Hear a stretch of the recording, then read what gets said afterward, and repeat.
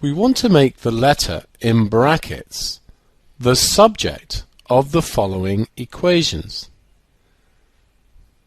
We have P multiplied by Q plus 2R in a bracket equals 3, and we want it to be P equals.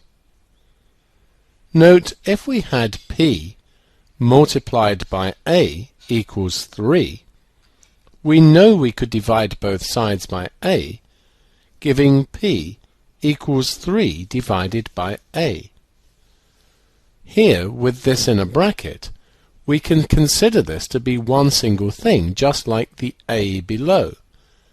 So we get P is equal to 3 over Q plus 2R. The brackets here are not strictly necessary, but you can include them if you want to make it clear that the Q plus 2R is all on the bottom. We now have the same equation, but this time we want R to be the subject of the formula. In other words, we want to write it R equals with everything else on the other side. Start by expanding the brackets. We get PQ. P times 2R could be written as 2PR is equal to 3. It's the R we want on its own.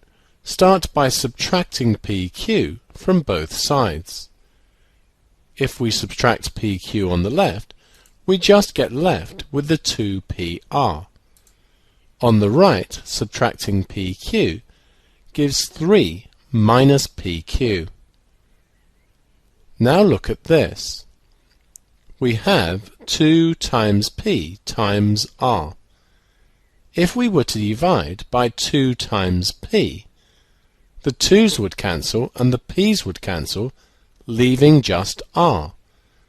So divide by 2P, and remember we have to do the same thing to both sides. So we divide by 2P on the right as well.